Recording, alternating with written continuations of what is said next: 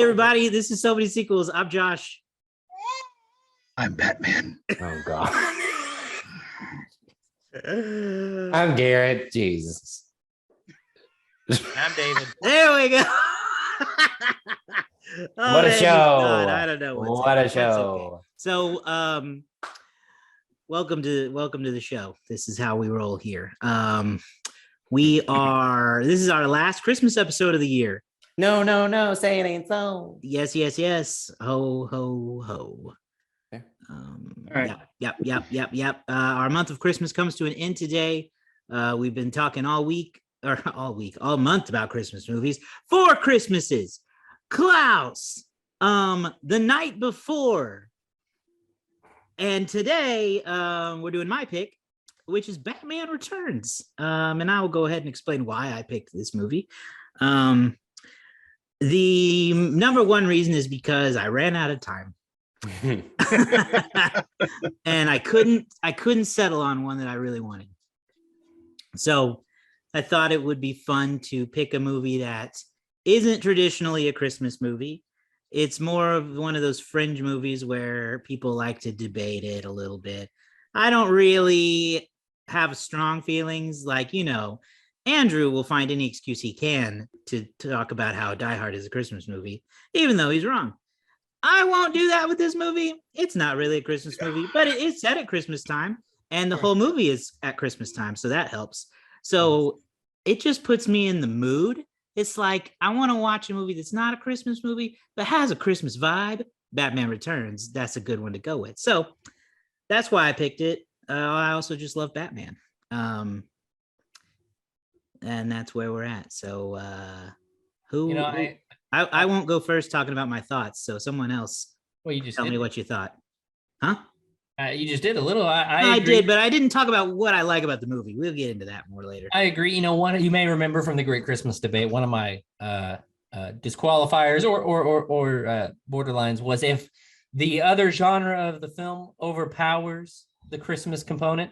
Clearly, you have that here with the superhero Batman story sort of overpowering the Christmas element, but as Andrew said one time, is it Christmas themed? Yes, and it is Christmas themed. It does make you feel Christmassy.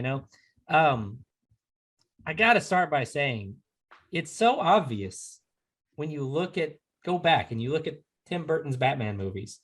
You look at 1989 and you look at Batman Returns.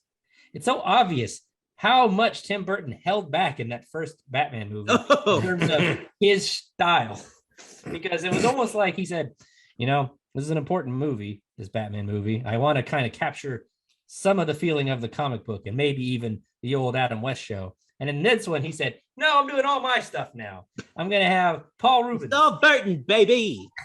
I'm going to have a baby in a cage. He's going to eat a duck or whatever. The opening of the movie, excuse me. A cat? The opening of the movie is something out of Addams Family, Yeah. It's just so camp and so absurd, but it has instead of having the sort of Adam West style camp, it has all of that Tim Burton gothy black and giant statues and stuff. It's just so, I said this about the upcoming Batman film from Matt Reeves. There's an otherworldly quality to this Batman movie in which it looks like nothing. It does, there's this time period never existed with these giant glorious statues and massive faces, carved into buildings and stuff. And there's kind of a bit of computer tech, but everything also looks like it's from the 1940s, Yeah. It is such a unique look, and it's fun, but it's also Christopher Walken looks like looks like a comic book villain, but also he could just have walked right out off the set of Edward Scissorhands. It's so strange, and yet it's Batman. So yeah. Something I did note though, weird thing about this movie, Batman / Bruce Wayne does not speak in this movie until the 36-minute mark. There's a long time with no Batman talking. It's all Penguin and Shrek and Catwoman, all their setup for the first 35 minutes of the movie. And then they're like, all right, Bruce, what do you have to say?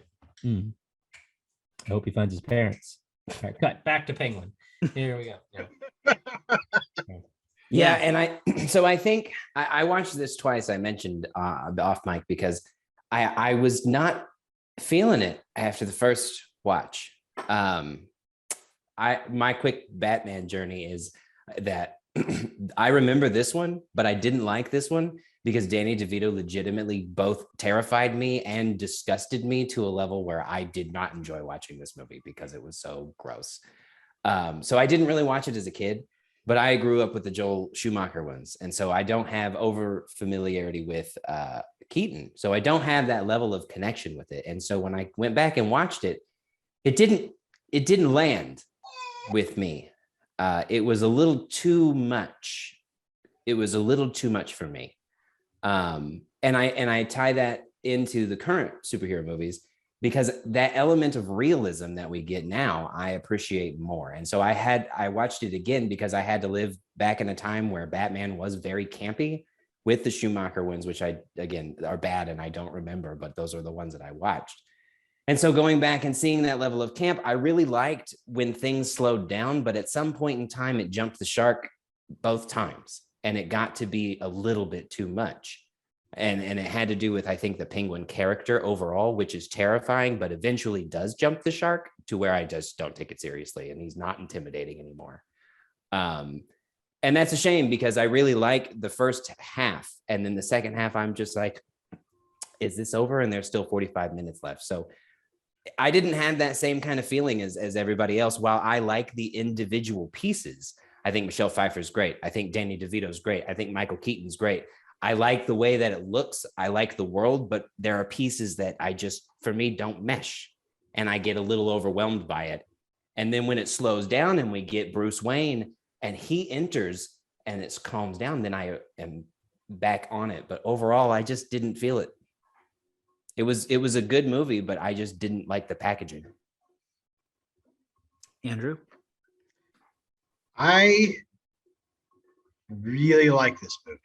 And I have since I saw it back in 1992 when it opened in theaters. When you were 30 years old. Yeah. Fuck you. Hey, you were due for a joke. It's fine. I'm kidding.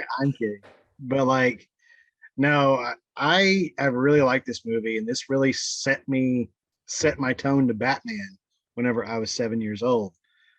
Because this was one of the biggest movies I had ever seen up until that point. Right. So seeing Batman on the big screen was awesome. Watching this today, I get the camp. I know it's there. I see the camp and I recognize it, but like, I think there's like so much other quality over the camp that I just completely forget about it. And I love as much. Tim Burton's not my favorite director. I'm just going to go ahead and just put that out there. Tim Burton is without a doubt one of the, I don't know why he's still making movies, but that's for another time. But the thing is that Tim Burton is like, this is one of the better Tim Burton movies I think that are out there. And the design of this movie is really pretty to me anyway. It gets the Batman style. It gets why Tim Burton probably was really born to make, like design wise, really born to make Batman, because it does have that dark feel to it. And I get it. I understand it. I loved the musical score by Danny Elfman. Absolutely loved it. When it comes to performances, Michael Keaton, always great. Hands down, love Michael Keaton. Michelle Pfeiffer is the best Catwoman that's ever been committed. Like, it beats the hell out of Halle Berry's Catwoman, and is a far cry from Anne Hathaway's Catwoman. I just think this Catwoman in general was the best one of them all. And last but certainly not least, Danny DeVito. I think Danny DeVito in his role as the Penguin was was a little over the top, but it was great. He's one of my more favorite Batman villains. Just because I think his performance was absolutely wonderful. But other than that, this movie I will put in. It's always in my Christmas rotation, just because it's got that nice mixture of action and I wouldn't say mystery. It's not mysterious in any way, but it has that gothic sense. But also, it's set in the background of Christmas, and there's really only one time of year when I really watch this movie, and it's around this time of year. And for me, it's very nostalgic. And I think that's where a lot of the credit comes into. Yeah. Yeah. I've loved this movie for a long time. You know, and I get what you're saying. I don't love Tim Burton as of 2021 either. But keep in mind, this is before he's oversaturated. He's on a hot streak right now. Like by this point, he's literally done Beetlejuice, Batman. I think he did Edward Scissorhands. Edward Scissorhands. So like this is peak Burton in my opinion. Before he's kind of oversaturated and become a bit of, and his style has become a bit of a joke. It's not there yet. So with that in mind, I think his style works really well for Gotham City. Because of the Batman films, all of them, I think that Burton's two are the ones that look the most like a comic book, right? Yeah. Schumacher's are they don't. It's not a comic booky. It's a little too 90s actiony. But they but like what Burton style and blow it out with like color. Right. But like what David said earlier, the movie or the setting, it's timeless, right? There's a word for it that I don't remember, but you can't identify a time period per se. It's And like I Gotham. like that. It's like the setting of Gotham, The TV show. Yeah. Yeah. Anachronistic. I think that's the word. Anyway. But I think that kind of Gothic style works for Gotham because the big statues, that's cool. Just the gaudy architecture that exists. I like it. The villains are something else. I think they both complement each other well because Catwoman is a little less outwardly crazy than Penguin, who is just a literal monster, an actual monster from the depths of the sewers who is always leaking something black. You know, I want to disagree on that actually. You want to disagree? Yeah. On which part? That he's a monster? Well, in their characterization, because, well, you know, I don't know, maybe there's some wiggle room here, but at least for the first half, I would say, of the movie, Catwoman is like a talking like catchphrase machine. Yeah. You know, like all she says is things like "I'm Catwoman, hear me roar," and "Hello, boys," and things like, you know, things like really like trailer lines, you know. Yeah. Whereas, you know, you meet Penguin or Oswald Cobblepot, and he kind of has this like range of character depth where you can't really tell if you can't tell how serious he is. You know what I mean? Like he's blackmailing this other bad guy, but he also seems to have this he's expressing this genuine desire to find his parents. And so there's kind of a lot of like uncertainty about how much you can trust this guy. Is he a freak that was thrown away in the garbage by his parents and wants, revenge on wants some level of justice? Or is he a vengeful, crazy monster guy? There's a level of uncertainty there. Whereas Catwoman comes across so like, I don't know, until her relationship with Bruce starts to materialize, or Batman, I should say, starts to materialize. She's very like, you hit me, I'm a woman, you should never ignore me. Like, it's all very like she's trying to be a supervillain to me. It's all very one-dimensional until her relationship with Batman starts.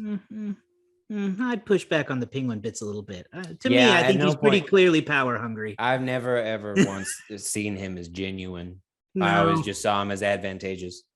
I don't know. I mean, just to me, I mean, clearly you can, as you go along, you see his clear motives. But I always kind of think that like the opening leads you to believe like, what is this guy's true intentions? Because obviously he didn't want to run for mayor. That came out of nowhere. So like he just wanted to get some level of notoriety. The mayor thing fell in his lap. But Yeah. also, how stupid would you have to be if you're that room full of people that you're like, hey, we're gonna run this guy campaign for mayor, and then he bites some dude's nose off, and you're like, that was weird, but He's just saying what's on his mind and does Well, what he thinks. it's not like he's I just could- a man of the yeah. people. He's a man of the people. I definitely Yes. can't think of a real life alternative to that at all. Nope. well, I don't. Nothing I'll- certainly Definitely. comes to I'll leave mind. that in there, but yeah. Nothing at all. No. leave that Um, hanging. I get what you're saying though. There's more to him than there is to Catwoman. There's more Catwoman to is that just early on, But I Catwoman is think- also questionably a zombie. Maybe, I don't know. Yeah. Who knows what's going on there? More or less, she just survived a fall, and the traumatic experience of being covered in Yeah. cats just kind But of set she's- something off in She's there. definitely not herself anymore. Mhm. But I like them. The villains are they're great. Because they, for different reasons. See, for me, I still don't feel like Catwoman's been truly nailed in film. I feel As like a character, I think I agree with you. I think, though, that I do think Andrew's right that this is the best version of Catwoman. But Yeah. I think you're right that she's not been done justice yet. because like we talked about, this steers so much into the camp, into sort of like the over the top components. Yeah. This would have, this fits in with everybody else's performance in the thing. It's not like she stands out as bad. Everybody else is playing it the same way. So like I'm still kind of waiting for, I guess I'm waiting for something more akin to like, like Patrick Stewart as Professor X, I guess, or Steve Chris Evans as Captain America, something that just like kind of really nails it. Like you relate to them, you want to, you're invested in the character, you like them, as opposed to being sort of. I'm waiting for someone to get Selena Kyle, I guess, as opposed to Catwoman. Yeah. You know what I mean? Right. It would have been interesting if we had ever, if we ever got to see the Catwoman movie that was initially supposed to be made with Michelle Pfeiffer, before it got muddied all the way to becoming Halle Berry's Catwoman.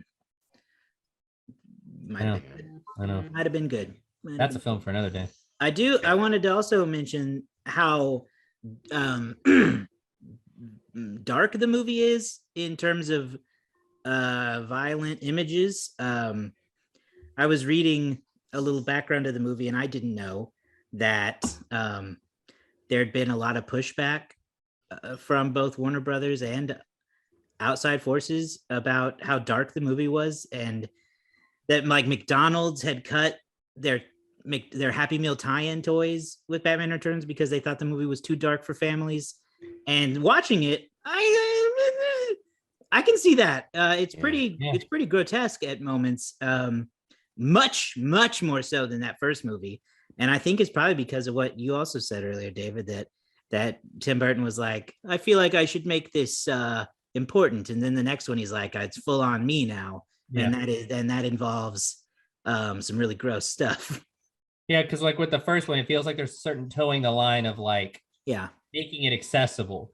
And this one feels much more like everything is more his style, I feel like.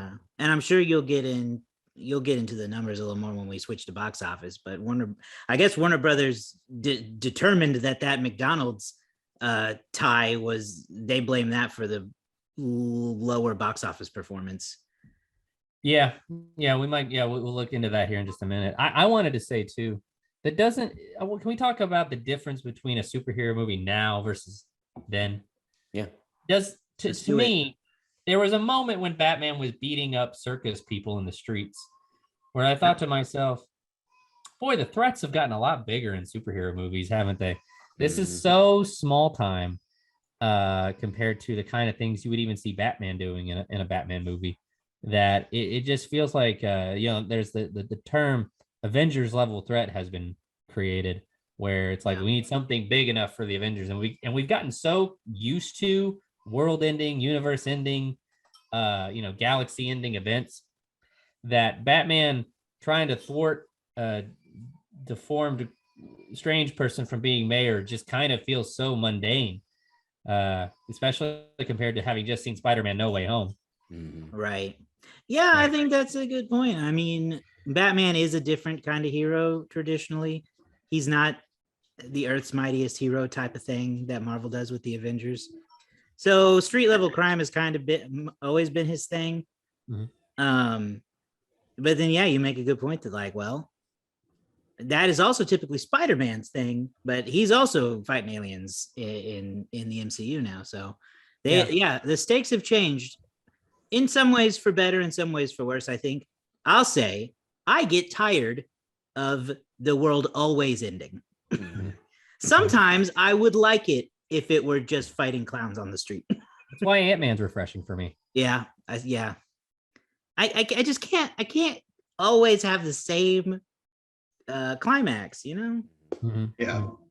And kind of piggyback off of that a little bit, I think like if anything, Batman, like these early attempts were really huge stepping stones for what we see now.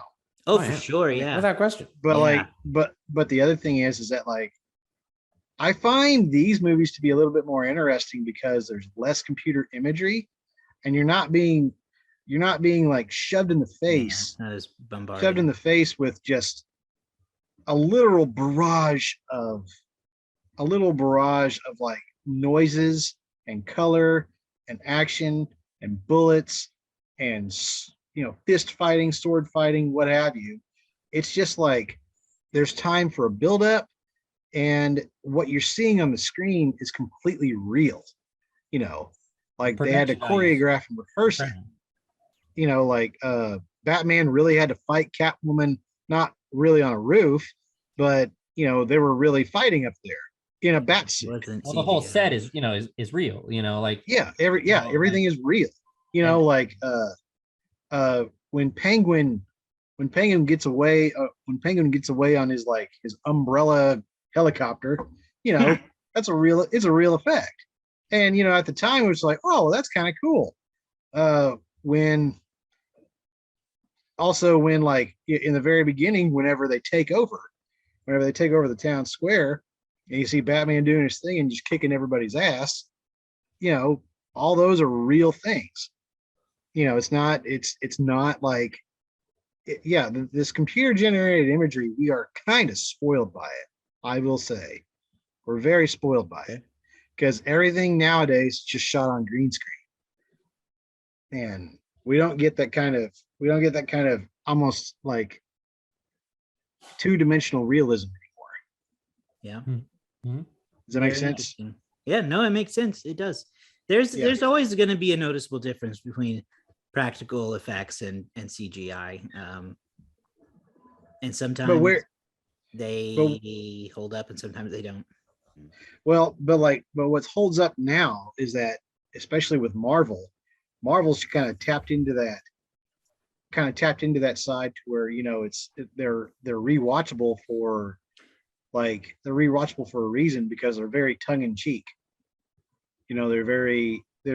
They're not pop culture-esque, but they are like highly rewatchable because the content they provide is very fresh to the day.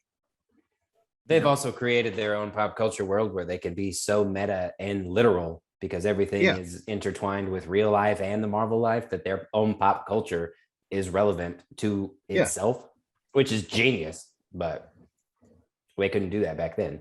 No. But yeah, this definitely set up a lot of stuff for me. I think it's just not, I am more connected realistically with the realistic Batmans of Christian Bale and Ben Affleck and the stuff that we get now, where we're so intertwined with how it is in realism that I forget that we live in a world where initially it all started with the more camp stuff. So when I watched it the second time, I was able to remember those early ones for me, and I enjoyed it the second round. I still think that it became a little bit too much I think for me, especially the way they handled Danny DeVito's Penguin, because he was so intimidatingly scary. And then they just kept going and going and going to where it became silly. And then I lost all interest in any kind of credible threat that he proposed. Selena Kyle and Catwoman never reached that level of over the topness for me. She started off over the top, like you said, David, with those catchphrases. And again, that was where I went a little too far, but she leveled out. Whereas as Penguin started and then just whoosh, and he never came back down from me. And so that was just, it wore me out to a level of where there was, again, 45 minutes left. And I was like, God, I'm tired, man. So it was a little too much for me, but that's not to take away from the movie itself, because I am aware that it is a very good movie. Yeah, it sort of sits in this weird zone for me because it's not my favorite Batman movie, but that's not to say it's necessarily really like a bad movie. No. All right. Well, any other pieces of Batman Returns anyone wants to talk about? Oh, this is definitely by far my favorite Batmobile series. Like, I like this Batmobile a lot. The I like Batmobile, yes. And it shrinks down, like it's got the thing. I remember having the toy. It was great. It's the best movie Batmobile by far. Yeah. Yes. Long look, the like the long stretched out look. I do like that scene. Batman just cruising through Gotham, and he like looks through the window at Penguin, looking up old birth certificates, and he's just like, And I just like to be like a person on the corner, just seeing the Batmobile just cruise by at 10 miles an hour, just like. It's just Batman again. Don't worry about it. There he is. What are you gonna do? Also, Batman is at times a fantasy character, but I love the one, I don't feel like it makes sense, but two, the over the top technique for getting the bat signal into his window. Oh, where yeah. like this mirror comes up and somehow reflects the sky, and then that reflects over here, and then that reflects into his You window. know what though? That's my favorite shot in the It's whole a movie. great shot. Great When, shot. when stands it up culminates there. with him standing there and oh my gosh. Yeah. Best great shot of the shot. movie. It's a great shot. But it is very complicated. I was This one has a lot of- wondering. This one has spawned a lot of memes too. Like, this is the one with the Batman with that weird face where he's like with the teeth or whatever. My question is, okay, so Batman or Bruce Wayne's in his study in the dark, like you do, and the bat signal flashes on the wall. Now, how does he know where to go? Also, it's Who so told him where to go? Yeah, because the spotlight is stationary. It's so unusual to how Batman's normally portrayed these days, because now Batman's like always out. Like, it doesn't matter what night it is. He's always looking for something, and the bat signal he sees, it goes, oh, I got to get to Commissioner Gordon. It's kind of weird to see Batman just like chilling. I doing know. nothing, That's true. waiting around. Oh, bat signal. All right, here we go. Yeah, they Yeah. usually He's waiting. meet. Yeah, usually they meet at the bat. Yeah, they meet on the roof of the police station. Yeah. But in an emergency, Commissioner Gordon's probably busy. Yeah. Anyway, that was my question. How does he know where to go? All right. Somebody well, tweet Tim Burton. yeah. Oh, you He's know what? Batman. I wonder if I can do that. Can I look up Tim Burton's bat?